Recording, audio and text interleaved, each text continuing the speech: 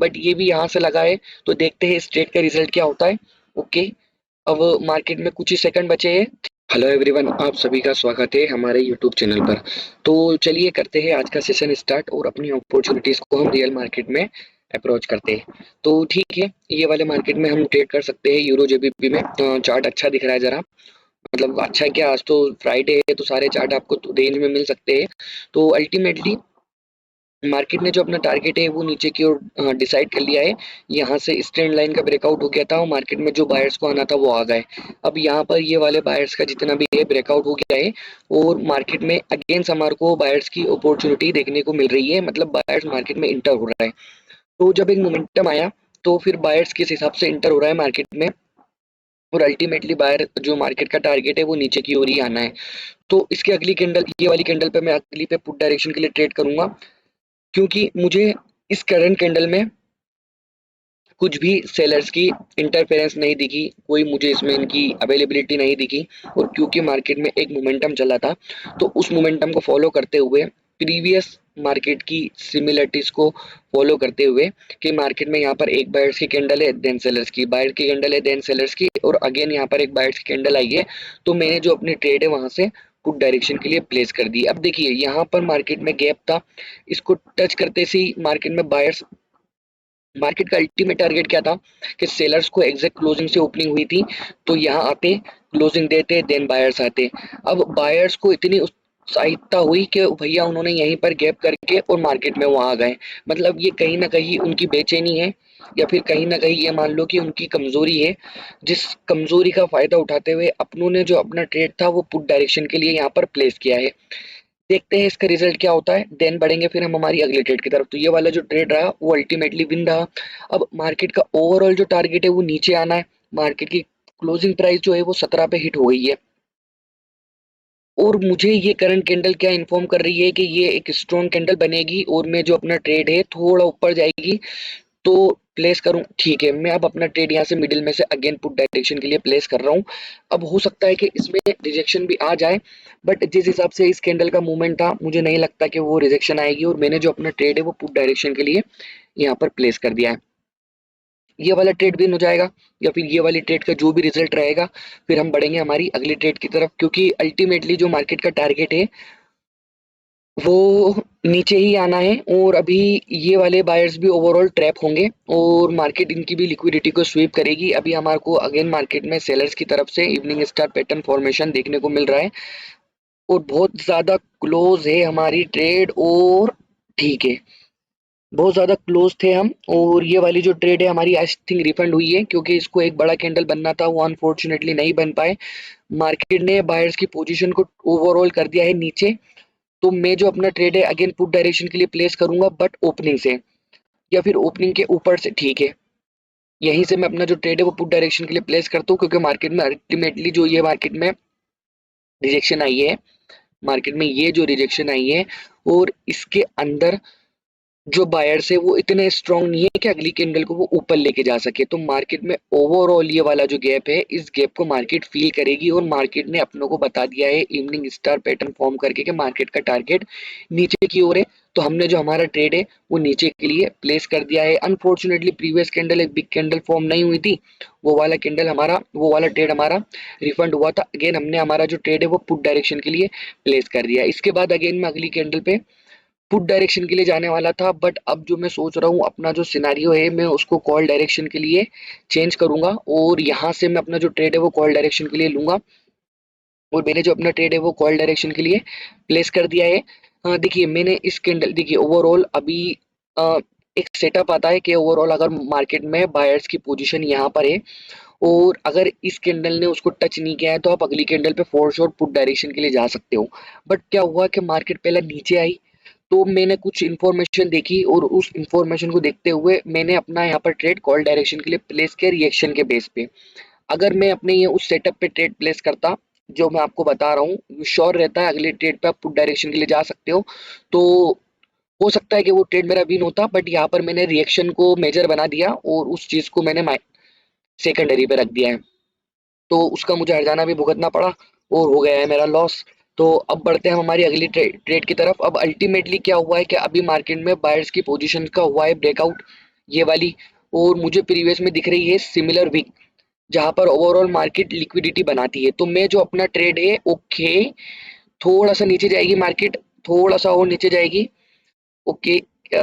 मुझे शायद अपॉर्चुनिटी ना मिले, बट क्या मैं मिडिल में से प्लेस कर सकता हूँ? मुझे कंफर्मेशन है, ओके, मुझे कंफर्मेशन मिल चुकी है और मैंने जो अपना ट्रेड है मिडिल में से कॉल डायरेक्शन के लिए यहाँ पर प्लेस कर दिया, क्योंकि अल्टीमेटली अब मार्केट का जो है टारगेट, मार्केट को एक स्ट्रॉन्ग कैंडल बनाना है और मार्केट को ओवरऑल यहाँ तक आना है।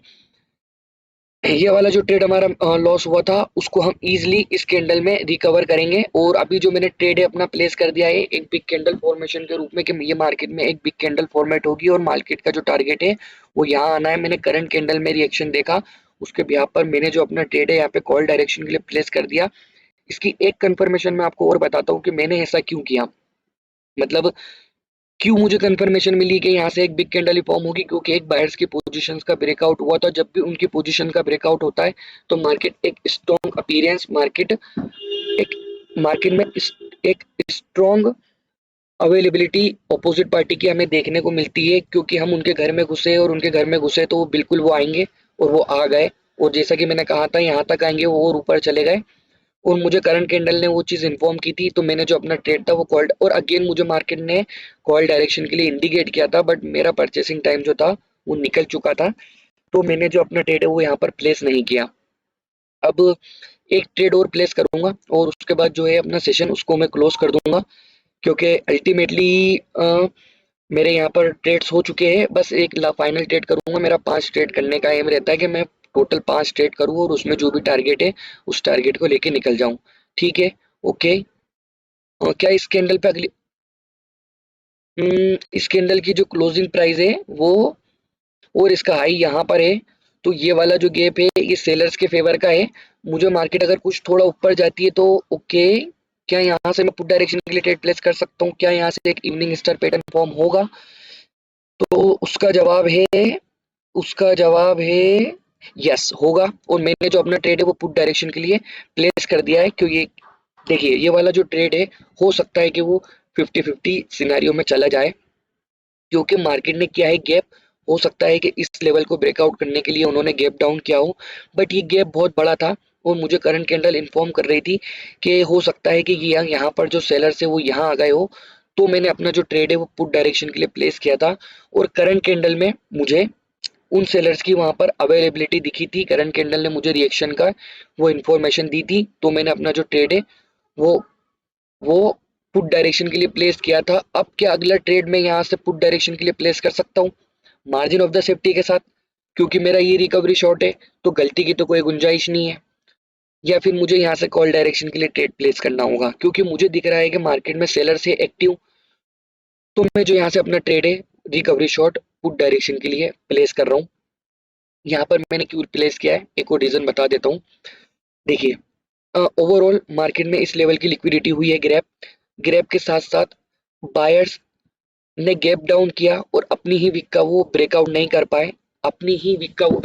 पाए, और मार्केट में इस लेवल का ब्रेकआउट हुआ है, तो ऑफ कोर्स सेलर्स का आना बनता है, और ये एक बायर्स की वीकनेस भी है। तो मैंने जो अपना ट्रेड है वो मार्जिन ऑफ द सेफ्टी के साथ पुट डायरेक्शन के लिए प्लेस कर दिया। मुझे यहाँ से लेना था तो मेरा ट्रेड जो है फुल सेफ हो जाता, बट ये भी यहाँ से लगा है, तो देखते हैं इस ट्रेड का रिजल्ट क्या होता है। ओके, अब मार्केट में कुछ ही सेकंड बचे हैं, 3-2-1, और ये वाला ट्रेड हमारा हो गया है रिफंड। तो अभी हमें एक ट्रेड और करना होगा जो हमारा रिकवरी शॉट होगा। और अगेन क्या मैं बिग कैंडल के फॉर्मेशन में यहाँ से ट्रेड कर सकता हूँ? क्या मुझे मार्केट कंफर्मेशन दे रही है? क्योंकि एक बार हम प्रीवियस में ट्रैप हो चुके हैं मार्केट में, वहां से लास्ट मोमेंट पे बायर्स इंटर हो गए थे, बट अब ये कैंडल तो मुझे इन्फॉर्म कर रही है कि आप बिल्कुल फॉर श्योर पुट डायरेक्शन के लिए जा सकते हो। एक छोटी सी, ठीक है, मिल गई कंफर्मेशन, और मैंने जो अपना ट्रेड है वो यहाँ से पुट डायरेक्शन के लिए प्लेस कर दिया है। प्रीवियस टाइम पे वो एंगल्फिंग नहीं बना, तो अब तो फॉर श्योर मार्केट में यहाँ से एंगल्फिंग बनेगा। तो देख लेते हैं इस ट्रेड का रिजल्ट, देन बढ़ेंगे हम हमारी अगली ट्रेड की तरफ। के तो फिर लगता है कि हम बैक टू बैक में यहाँ पर ट्रैप हो रहा हूँ, और ओके, यहाँ से एक स्ट्रॉन्ग कैंडल बनना चाहिए, क्योंकि मार्केट में इस तरह से रिजेक्शन का आना, ठीक है। तो अब मैं जो रहेगा मेरा अगला 2 स्टेप में कंपाउंडिंग करूंगा। अच्छा भला हमारा वैसे सेशन चल रहा था, बट अनफॉर्चुनेटली इस एरिया में मैं ट्रैप हो चुका हूँ, स्टक हो चुका हूँ, और यहाँ से मैं अपना ट्रेड अगेन पुट डायरेक्शन के लिए प्लेस कर रहा हूँ, क्योंकि यहाँ से सेलर्स का आना बनता है। उन बिल्कुल वो ये इस जोन से आएंगे और नीचे मार्केट का जो अपना टारगेट है वो नीचे लेके जाएंगे। ये एक मार्केट फेक मूवमेंट दे रही है बायर्स को, बायर्स को क्या करने के लिए, एक्टिव करने के लिए। तो मैं इस फेक मूवमेंट में ट्रैप नहीं होऊंगा। मेरा जो एनालिसिस है मैं उस एनालिसिस पे स्टक रहूंगा।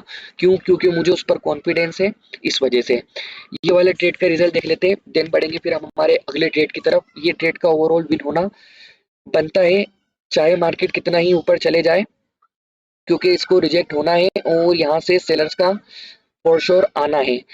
देखते हैं अभी हमारे पास। ओके, ठीक है, लास्ट के अगेन। हम्म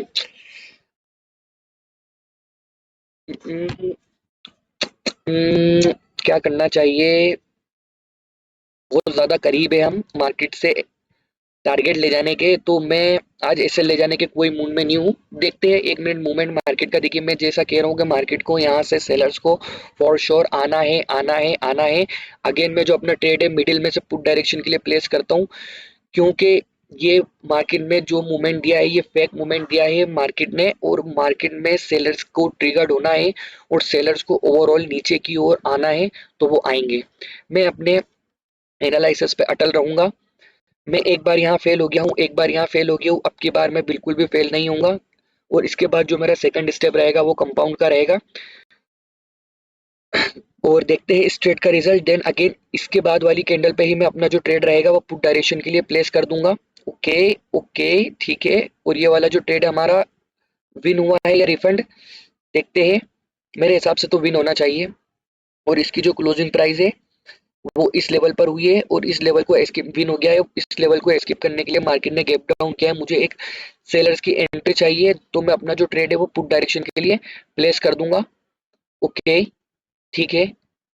यहाँ पर बायर्स बहुत वीक है, तो ठीक है, मुझे वो एंट्री मिल चुकी है और मैंने जो अपना ट्रेड है वो पुट डायरेक्शन के लिए प्लेस कर दिया, जो कि कंपाउंड का मेरा सेकंड स्टेप है। मार्केट इस लेवल पर क्लोज हुई थी और इस लेवल को उन्होंने एस्केप करने के लिए गैप डाउन किया है। ये वाला ट्रेड भी मेरा फॉर श्योर विन होगा। देखिए किस तरह से मैंने अपने इमोशंस को कंट्रोल किया। मैं अपने एनालिसिस पे स्टिक रहा, मार्केट से कोई रिवेंज मोड में नहीं रहा, और उसी के उसी को मैंने अपने जो भी लॉस हुआ उस लॉस से अपने एनालिसिस पे मैंने फर्क नहीं आने दिया, और ना ही मैंने अपने कोई इमोशंस को वहां पर ट्रिगर होने दिया। ट्रेडर का हर दिन एक जैसा नहीं होता, लेकिन ट्रेडर वही है जो अपने एनालिसिस पे स्टिक रहे, अपने इमोशंस को वो कंट्रोल में करे, और लॉस से अपने एनालिसिस पे उसको कोई फर्क ना पड़े। तो मुझसे मुझसे पूछते हैं कि आप किस कॉन्सेप्ट पे ट्रेड करते हो, तो मैं जो ट्रेड करता हूँ वो आईसीटी के कॉन्सेप्ट पे ट्रेड करता हूँ, और लास्ट जो कंफर्मेशन लेता हूँ वो रिएक्शन की लेता हूँ, और प्राइस एक्शन तो मेजर है ही, क्योंकि प्राइस एक्शन से ही निकल के आईसीटी बना है। और मैं अपने एक सेशन में जो टारगेट रहता है वो 5 ट्रेड्स का रखता हूँ, और अगर इफ एनी चांस मेरा रिकवरी शॉट फेल्ड हो जाता है तो मैं 2 स्टेप कंपाउंड करके उस सेशन को क्लोज कर देता हूँ। तो आई होप कि आपको आज का सेशन अच्छा लगा होगा। सेशन अच्छा लगा हो तो वीडियो को लाइक कीजिए, शेयर कीजिए, सब्सक्राइब कीजिए। कोई भी क्वायरी हो मुझसे बेझिझक टेलीग्राम पर कांटेक्ट कर सकते हो। तो मिलते हैं कल अगेन नेक्स्ट सेशन में। अभी के लिए करते हैं गुड बाय।